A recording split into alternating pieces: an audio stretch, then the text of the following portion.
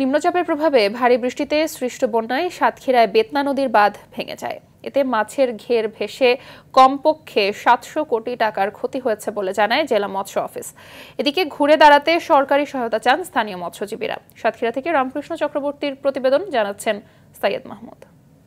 Shea butter ও vitamin E সমৃদ্ধ lily glam beauty soap. Lily, always beautiful. নিম্নচাপের প্রভাবে 3 দিনে সাতক্ষীরায় 237 মিলিমিটার বৃষ্টিপাত হয়। এতে জেলার নিম্নাঞ্চল প্লাবিত হয়ে ভেসে গেছে মাছের ঘের।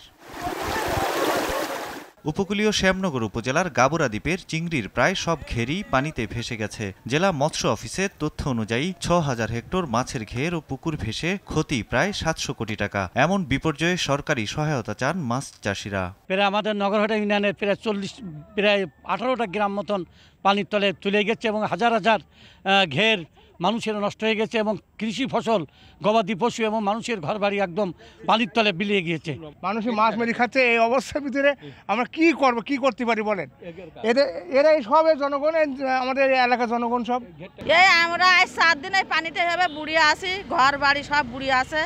সমস্ত ক্ষেত খামারে যা আছে সমস্ত সব বাড়ি ঘরদর ছেড়ে অনেকে পালাত। ক্ষতিগ্রস্ত চাষিদের সহজ শর্তে ঋণ দেয়া হলে ক্ষতি কাটিয়ে ওঠা সম্ভব। পাশাপাশি বাঁধ সংস্কারে উদ্যোগ গ্রহণের কথা জানান পানি উন্নয়ন বোর্ড কর্মকর্তা। রাস্তায় আমাদের ট্রাকে বা বল্লি আসতেছে, বল্লি আসলে আমরা বল্লি ওখানে ড্রাইভ করে জিও ব্যাগ দিয়ে প্লাস মাটি দিয়ে ওই জায়গাটা রিপেয়ার করে দেওয়ার ব্যবস্থা করব। আগামীতে যদি স্বল্প সুদে ঋণের ব্যবস্থা করা যায় সহজ শর্তে, এবং সরকারিভাবে যদি কিছু প্রণোদনা বা উপকরণ দিয়ে হলেও চাষিদের সহায়তা করলে চাষিরা হয়তো আবার ঘুরে দাঁড়াবে। সরকারি সহায়তা পেলে আবারও ঘুরে দাঁড়াবেন সাতক্ষীরার ক্ষতিগ্রস্ত মৎস্যজীবীরা, এমন প্রত্যাশা তাদের। সৈয়দ মাহমুদ, RTV।